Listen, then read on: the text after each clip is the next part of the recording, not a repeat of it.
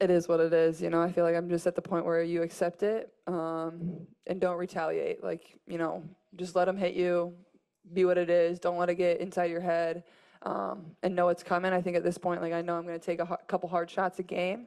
And that's what it is. It doesn't, I'm trying not to let it bother me. And, you know, just stay in the game is saying what's important, because usually it's the second person that gets caught if you retaliate or something. So just trying to stay in the game and focus on my team and focus on what's important. I ain't answering no Caitlin Clark questions. Did she say anything to you? I don't know what she said. What'd you say to her? I didn't say anything. That's enough. We're good. What the WNBA currently has is what we like to describe as a cash cow. There is a superstar. And we're not saying that the players on the court need to act any differently. That's the athletes are going to do what athletes are going to do in any sport. And I think we're all learning that WNBA, that's old school football, baby. That is old school football. But I would like the media people that continue to say, this rookie class, this rookie class, this rookie class. Nah, just call it for what it is. There's one white bitch for the Indiana team who is a superstar. All right, yeah.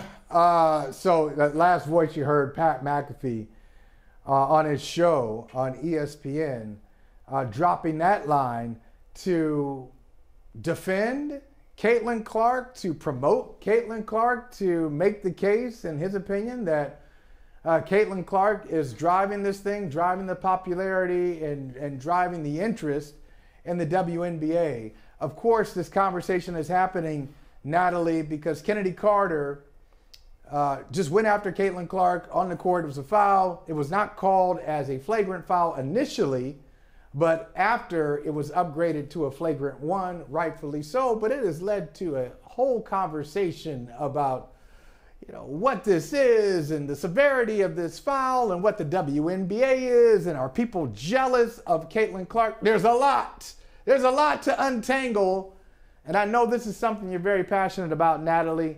Tell me what stands out to you. Like, out of all that mountain, those mountainous stories, that mountain of stories, what stands out to you as your first point?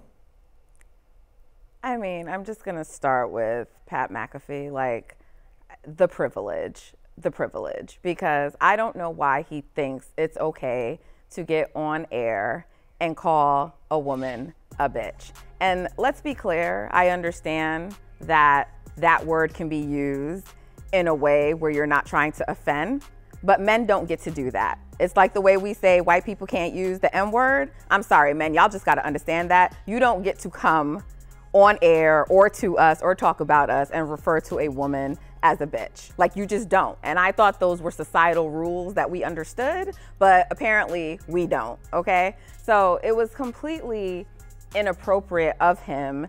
And, you know, especially because Caitlin Clark has come on his show, right? But that's a privilege. That's a privilege he has as a white man, that he knows he can do that. To my knowledge, I haven't heard yet, but from what I see, he's doing his show. He's doing his show again today. So he issued some little measly apology and just gets to keep going. And I don't even think if a black man said that same thing about about Caitlin Clark on their airwaves, that it would be okay. So there's his privilege as his race, but then of being a man. And to think, if the only thing that happens to you is that you got to issue an apology for calling a woman a bitch, that's pretty disappointing, because it's like, why does he, like, not even a day suspension, not anything? I'm setting the bar low. I'm not expecting that he's going to be terminated, okay? But we can't even get any kind of official statement from ESPN. We can't get a reprimand. He can't get any kind of suspension. That's it. An apology where it was a half-assed apology, where he tried to justify it, and then boom, he's back to being on air saying what he has to say. You know, I don't know if that is the worst thing to me or what is right now. There's a lot of things in my head, but I want to start with that, because we just need to make it clear, like, you may call us whatever you want behind the scenes, but you do not get to go on TV and call a woman a bitch like that. You just don't get to do that. Yeah, Natalie, you're absolutely right. It's ridiculous, Vinny, that he did that. And then in his apology that Natalie referenced, He said, yeah, I'm sorry for that part, but everything else I said, which was also wrong, everything else I said is facts. Nah, man. No, it's not. It's almost like people, and you say this in your feed, Vinny, like those who don't know maybe need to keep quiet. The WNBA has been going on for a long time. There are people who have their fingerprints in the foundation of the league. The league is going on 30 years old. It's almost 30 years old. It's been around for a bit. So Caitlin Clark and Angel Reese and many others, and even Asia Wilson has been around for a while. They all have people to thank who started this thing before them. Lisa Leslie and Cheryl Swoops and Teresa Witherspoon. I mean, there are so many people in this league, in this game, who have been a part of the league. Some people who have just shown up, Vinny, act like it's an expansion league. Well, I think that's the thing that you welcome in. You know, it's like when you open the door and your grandma yells at you, you gonna let the good air out, you gonna let these flies in. Sometimes the flies come in when you have an open door, and the WNBA right now has an open door. Sometimes you're going to get bad actors. Sometimes you're going to get people who feel like they know everything, even though they have a baseline knowledge of what's going on.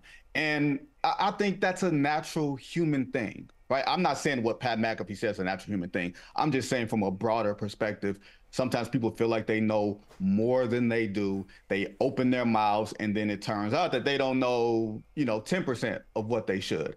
I think this Caitlin Clark thing is so interesting to me because it's so much less about Caitlin Clark and so much more about us. It's so much more about our own sensibilities of race and gender and, yes, jealousy and, yes, who gets highlighted and spotlighted.